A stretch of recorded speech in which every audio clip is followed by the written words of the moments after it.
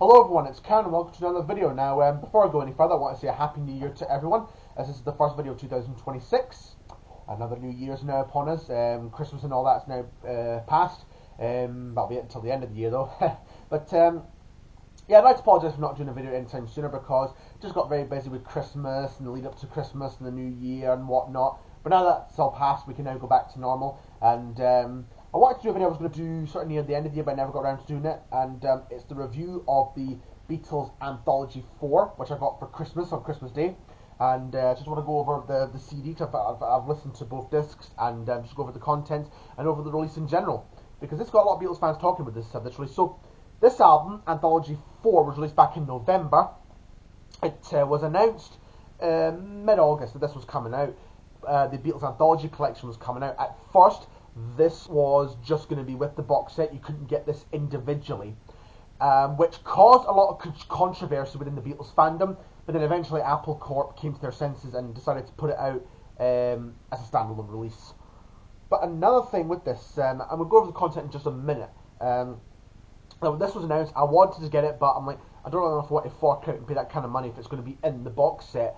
But then, as I said, when Apple announced it was going to be available as a separate release, it made more sense. I thought, yeah, I'll buy it, I'll get it for Christmas. So that's what I did, I got it for Christmas, and I've had a chance, I listened to both discs on Boxing Day, the day after Christmas, and yeah, there's a good selection of outtakes on here. But another thing that kind of annoyed the Beatles fans was that there was only 13 unreleased outtakes.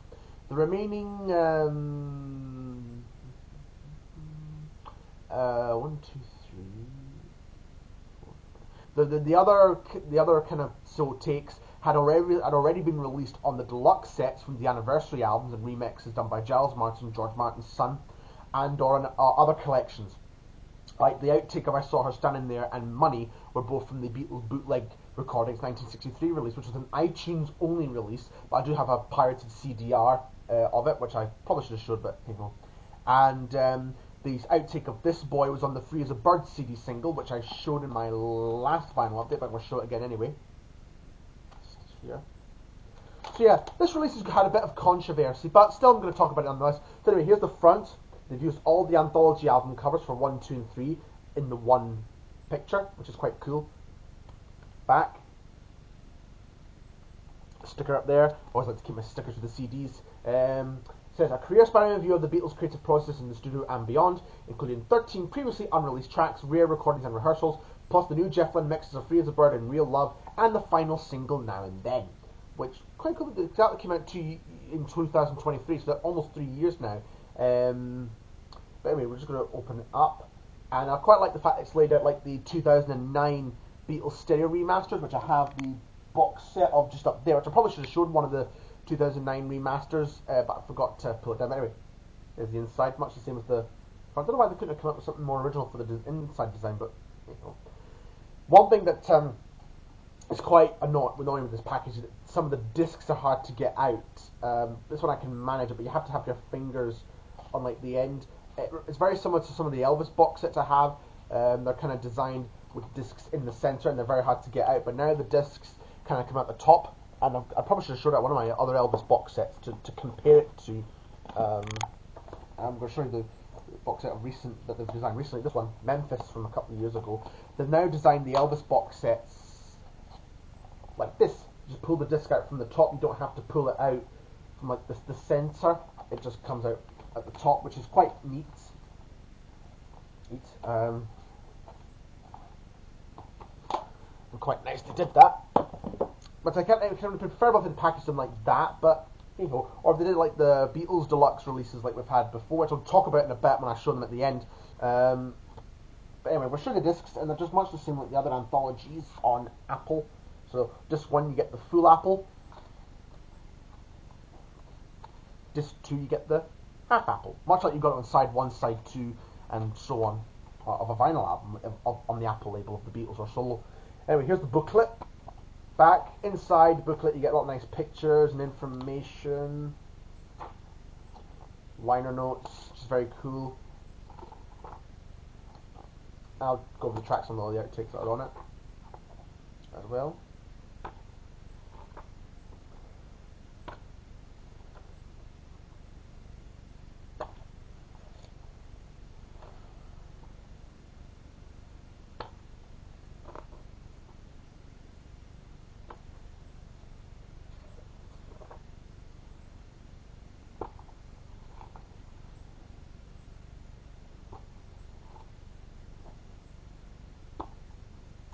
quite nice booklet. And that's the inside. I think it's the Strawberry Fields Forever and Penny Lane single. So yeah, like the other anthologies, this is really like outtakes from 1963 until 1969. The other anthology albums went kind of further back the way, from 58 in the Quarrymen days up to the breakup in 1970.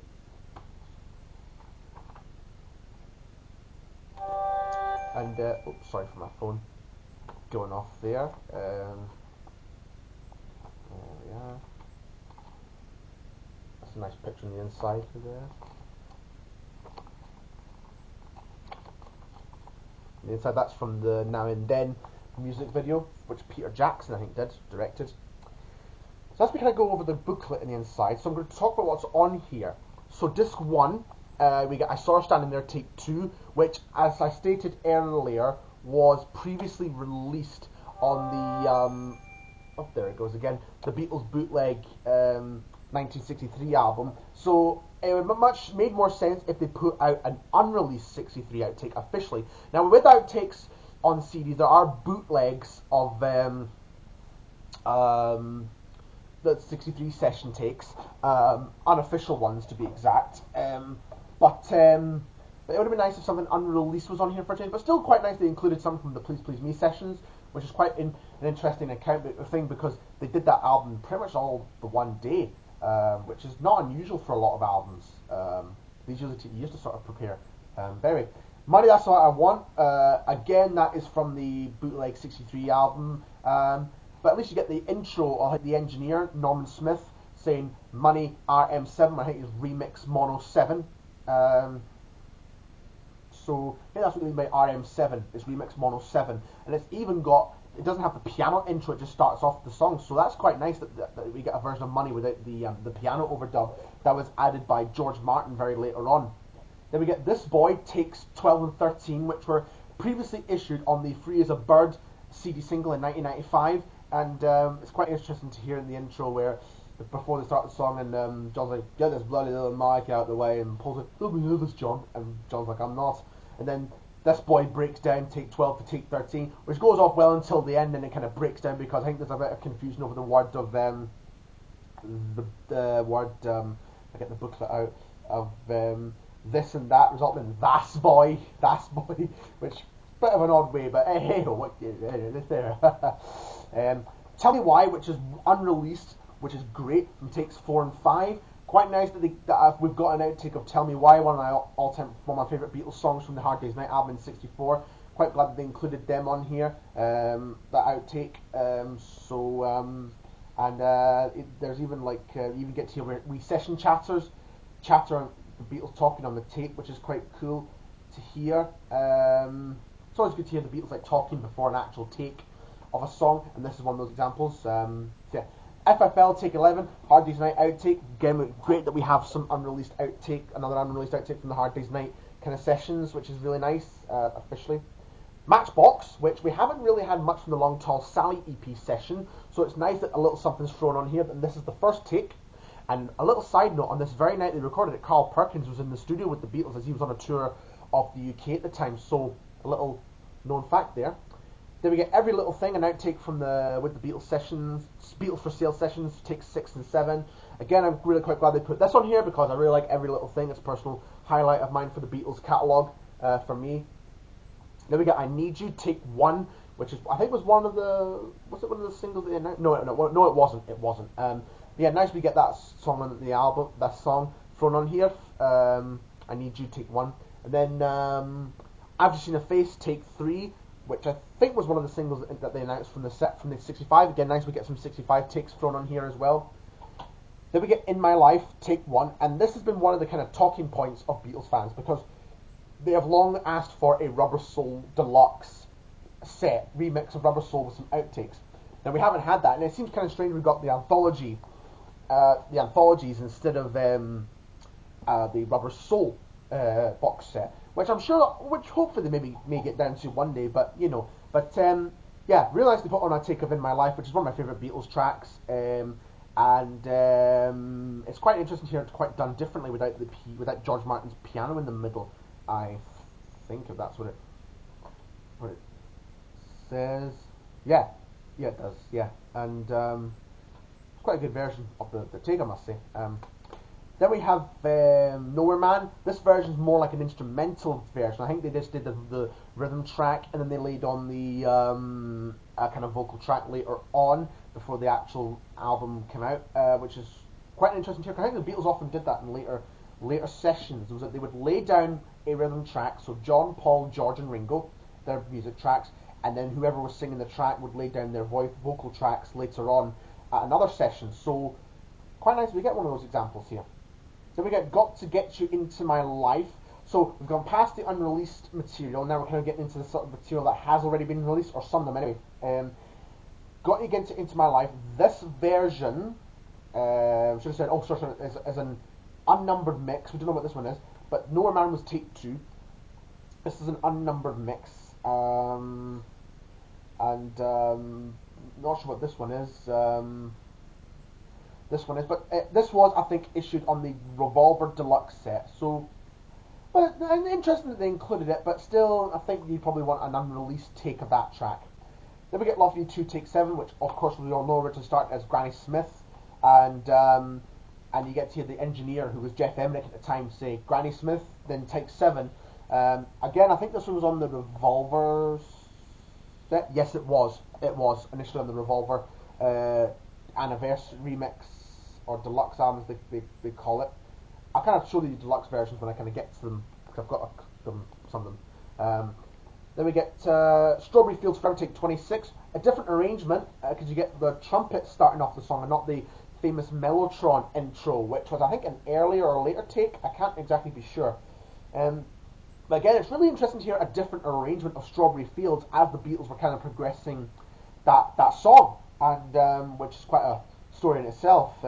If you want to check out, I think Parallelogram Auctions, who does a great YouTube channel, I think he did a video, Andrew from Parallelogram Auctions, he does a great channel, great content. I think he might have talked about the recording of Strawberry Fields Forever on his channel, I'm not too sure. But I'm pretty sure he's done a video on it, he's talked about the recording, so go and check that out. So yeah, quite an interesting take though, I must admit, even if we've already got it from the Sgt. Pepper Deluxe set, but still, yeah, nice one here.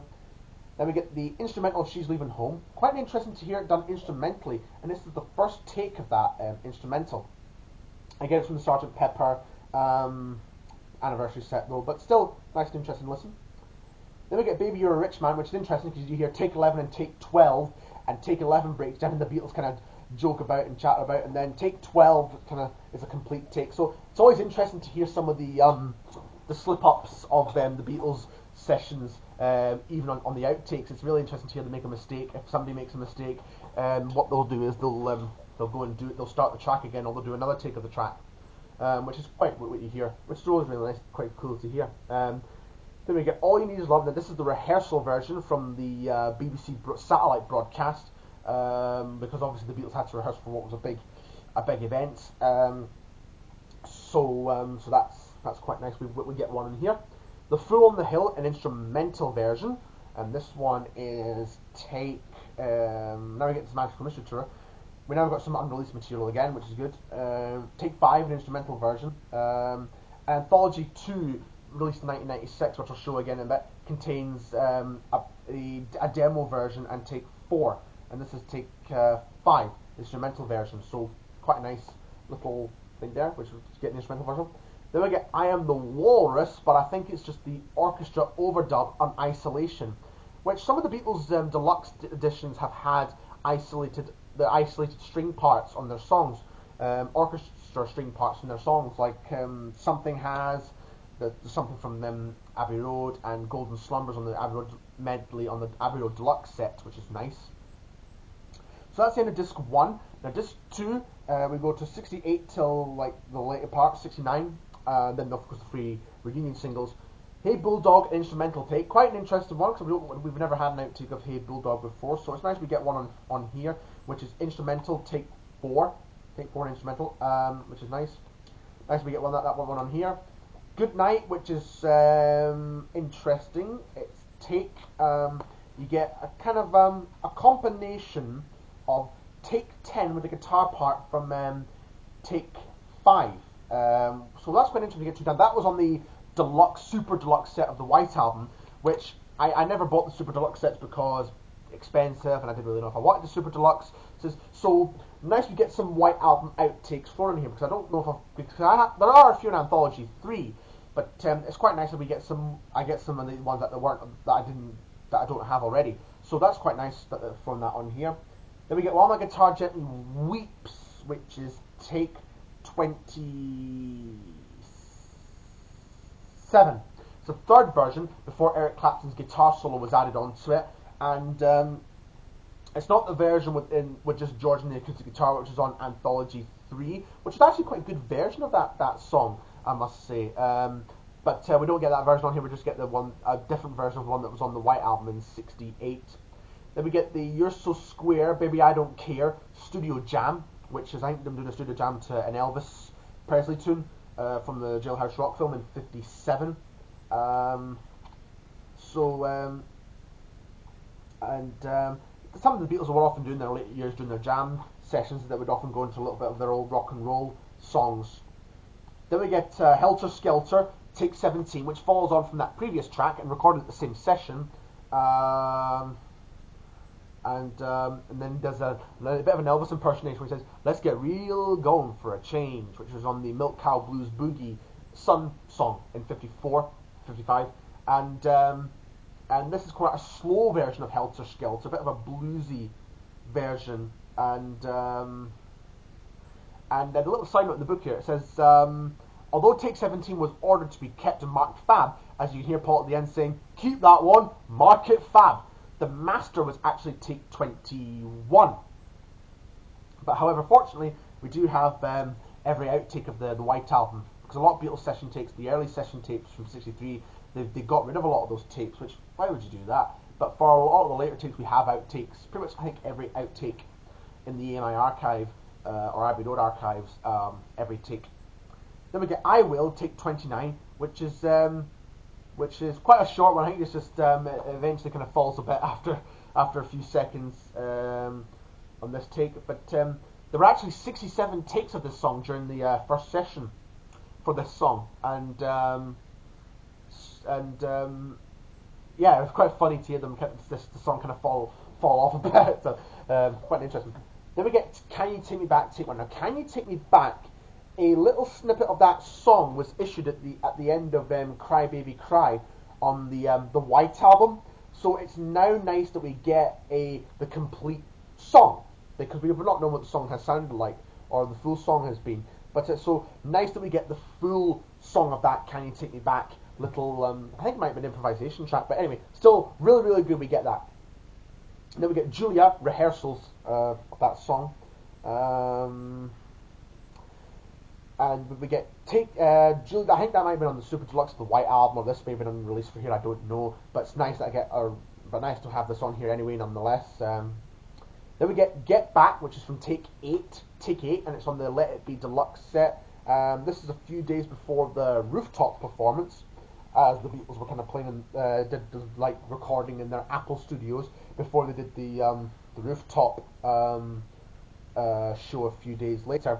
And you actually get to hear Paul say something different. Instead of saying, "Get back home, Loretta, your mommy's waiting for you with her high heel shoes and low neck sweater," he says, "It's 5 o'clock, your mother's got your tea on, take your cat off," in a kind of Lancashire accent, which is quite funny to hear do something different with that song before we got the actual released version.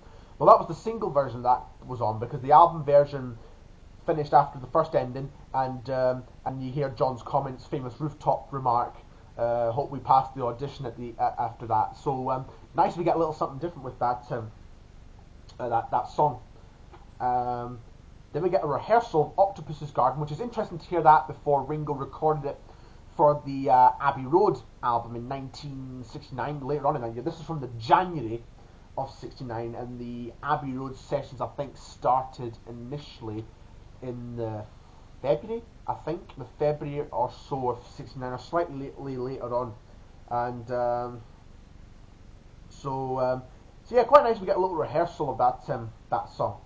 Then we get Don't Let Me Down, which is from the first Rooftop performance the first rooftop performance event. They performed a few songs on that rooftop a few times on the when they did the filming, as documented in the Disney film Get Back, which I've got on Blu-ray, and Peter Jackson directed that, which he did a really good job of directing that, and yeah, not a bad version, I must say.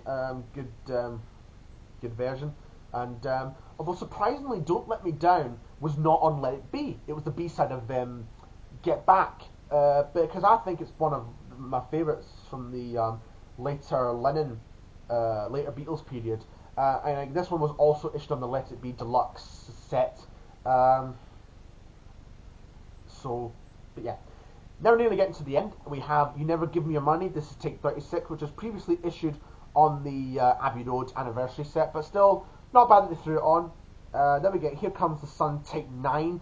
Again, previously issued on the Abbey Road deluxe set, but still nicely threw it on. This was take 9 because we never had any outtakes of Here Comes the Sun on the original anthology, so nicely threw that on there.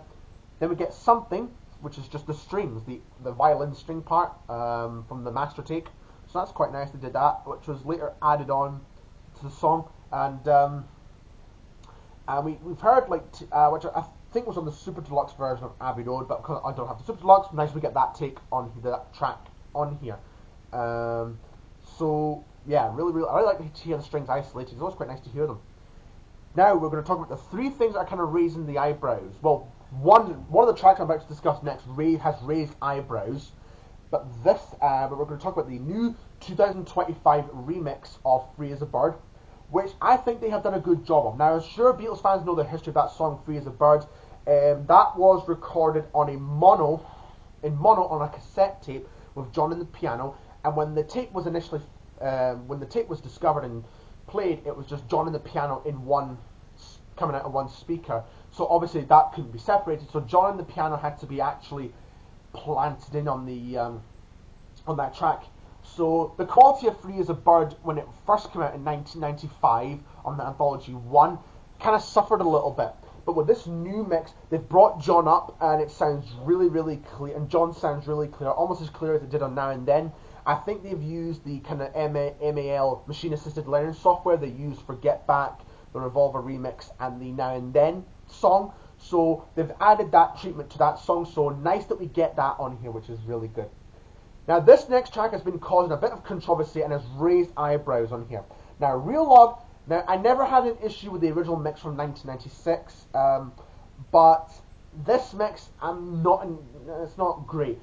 There's been comments that George Harrison's guitar solo during the song has been removed from the mix. Now whether that was due to a mixing error or a mistake, we don't know, but some fans were not too happy about that. And this version is slightly shorter than the original mix. So, it's not really a good mix. I much prefer the original 96. I kind of wish they kind of made improvements on the original mix. This really is not, it's not a good mix. It's okay, but I'm personally going to stick with the original mix if I hear that song, Real Love. And then, of course, Now and Then, which I did a video of it at the time when that came out. It's good that they threw that on here, but that was a separate single in 2023. I've got the CD of that, which I probably should have showed, but I forgot. But anyway, that's me going over the Anthology 4. I don't have the vinyl yet, but I'm going to plan to buy the Anthology Collection vinyl set because I'm saving my money. Because I'm saving up my money to get that box set. So I'm kind of saving up some funds to get that box set. So yeah, that's me going over the Anthology 4. I do have the other anthologies on CD, and I'm going to show them here. So here's Anthology 1, originally released in 1995. So I kind of didn't bother getting the other CDs because I already had the anthologies. But yeah, they're in the nice sort of back case, which would be nice if the Anthology 4. But a lot of CDs nowadays are coming out in these sort of digipacks, which don't always last too long. So it'd be nice if they still did the plastic casing, but they don't really do that much nowadays. But still, there you go. Here's Anthology 2, 1996. And again, much the same, outtakes and some live performances and demos and all that, as the first one did. Then Anthology 3, which focuses on the later years.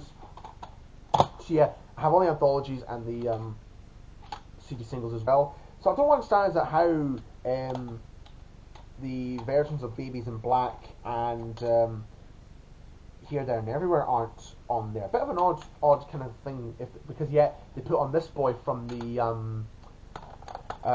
Free as Bird CD single in that one. But not knocking this boy, because it's one of my favourite Beatles songs. It's one I always like to have the outtake of. So yeah. I'm kind of now up to date with all the Beatles reissues and the deluxe reissues. Kind of beginning with this one with the Live at the Hollywood Bowl. This is an extra copy. I should probably find my original, but anyway, the Live at the Hollywood Bowl, which was remixed the 1977 live album that features the songs from the 1964 and 65 Hollywood Bowl concerts, which is quite nice. Then Sgt. Pepper, of course, the 2 CD anniversary edition. This has the original album remixed in stereo and the Penny Lane, Strawberry Fields singles, and the session takes from both of those, so which is quite nice. And then we get the White Album and Escher demos. It's a bit hard to see, but the Beatles is actually embossed. You get the album and 2 CDs and the Escher demos, which were the demos from George Harrison's house in Escher, where he lived at the time, on a 3rd disc, which is nice. They included them. Abbey Road, again, here's some you get the session takes from this, which is really quite nice that they threw those in. It's always good to have, like, and the session takes for Abbey Road and Sgt. Pepper CDs, they've kind of done them in the order of the album, which is quite nice. It gives you a bit of a different kind of outlook on the album. They're all kind of, I'm not going to show you them all, but they all come with books like this. And they're all kind of laid out like this, which is probably would have been preferable if they did the Anthology 4 CD like that, but they didn't. But they kind of open up like this. You get a CD coming out of one end here, and another CD coming out at the other end. So it'd be nice if they did that, but they didn't. But hey ho, what can you do? And then we get Let It Be, the 2 CD version. This has a few sessions from the January 69 and 70 sessions, because I Mean Mine was recorded later, kind of the start of 1970. So they threw on that tape, which is nice. A tape from that, which is quite nice. Although, I don't know why we didn't get the complete rooftop shows of physicals. That would have been nice to put that on as an extra disc for that, but, you know. But we got in the Super Deluxe set, the Get Back album that was intended to be, that never came to fruition, which is another video. And of course, Revolver. With some session takes and the stereo remix of Paperback Writer and Rain single, so that's quite nice that they did that. So yeah, as stated, I don't know why Rubber Soul didn't get that treatment. A lot of fans wanted to see Rubber Soul. We might still get that, I don't know. But anyways, that's it for this video. Hope you all enjoyed this video. Like, comment, subscribe, and I should hopefully make some more videos in the year that's to come. And we'll see you again for the next video.